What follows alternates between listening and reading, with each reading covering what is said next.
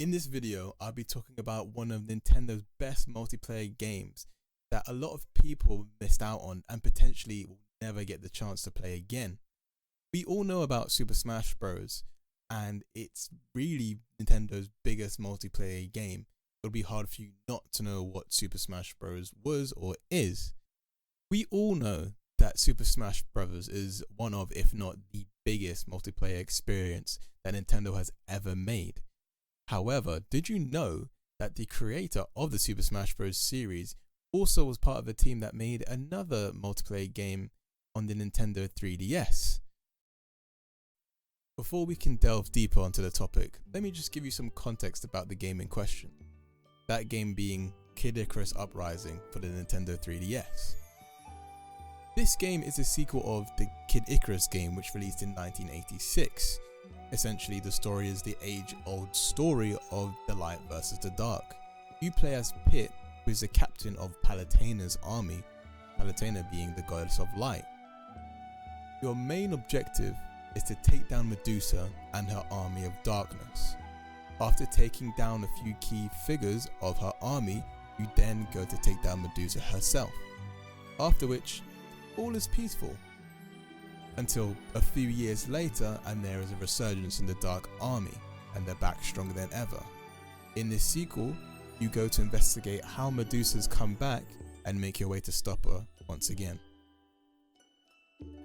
That's as far as I'll go for this history lesson, since the main topic of this video is discussing the multiplayer aspects of the video game. Speaking of which, the Together mode was strictly player versus player, and there were two modes for you to choose from. The first mode being free for all, and the second being light versus dark. Free for all is exactly what you would expect. Everyone fights for themselves, and the person with the highest amount of points by the time the match ends wins. On the other hand, light versus dark is where things get interesting. This game mode features two teams of three. Each team has a health bar. Every time an ally is defeated, that team's health bar will gradually go down. Once that health bar is completely depleted, that team will then gain an angel to fight for them. Essentially, whoever was last knocked out to deplete the team's HP, then become that team's angel, Pit and Dark Pit for the light and dark team respectively. Once the angel's on the field, it is then up to the opposing team to defeat the angel and then snag the win. It essentially becomes a game of protect the president. You don't want your angel to be defeated, but you want to defeat their angel. At the same time, you can't exactly throw yourself at the enemy team, since if an ally is defeated once the angel is taken the field, it will slowly deplete the angel's HP as well. The angels aren't exactly pushovers too. You can think of them like jacked up super soldiers that will give you a run for your money. This is where the majority of players, myself included, spent most of their time on the game. Dark vs light mode and free for all was casual enough that you could just hop on and play with your friends, but it was also competitive enough to make you grind the story on the higher difficulties to get better weapons and abilities. Honestly, the weapons and abilities were downright crazy, or at least some of them. For example, the ability called Trade-Off would drain your HP to a near-death state, and depending on how much HP you had before would increase your abilities.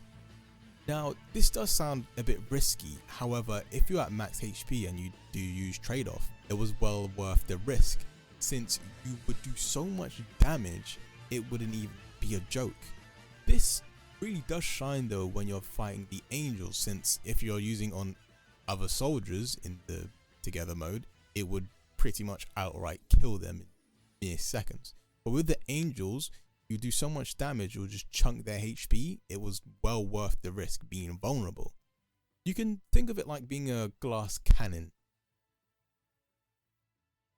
Speaking of the abilities, they were balanced through tiers and the shape of the ability. Now I know that sounds weird, but just bear with me for a second. Essentially, the way you would equip your abilities would be playing through a game of Tetris.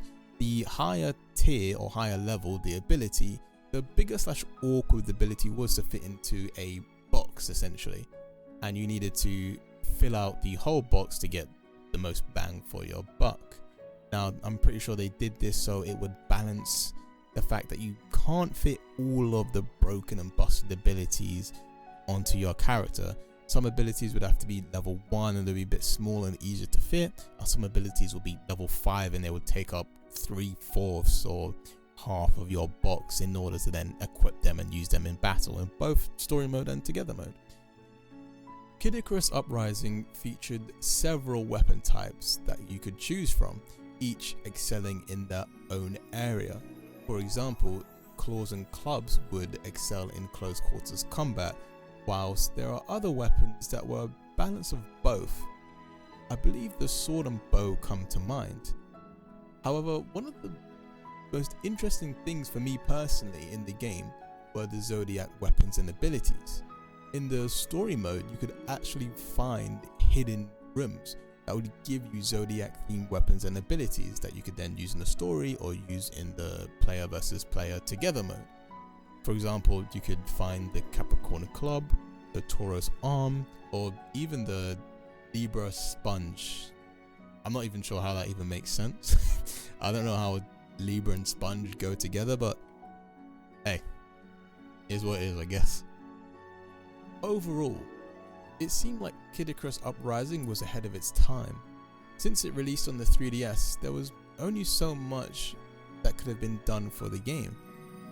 Despite this, I still believe that Kid Icarus Uprising was one of the best 3DS games to ever be released. The story was great, the characters had their own personalities, the soundtrack was amazing, and the multiplayer experience alone had so much replayability.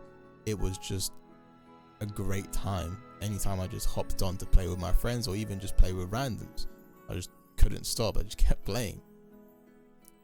I truly believe if we do get any chance of another Kid Icarus game on the Switch or whichever future console comes out after the Switch, it will be a phenomenal game and we will see some kind of surgence or some kind of trend or popularity from that game if it's anything like Kid Icarus Uprising.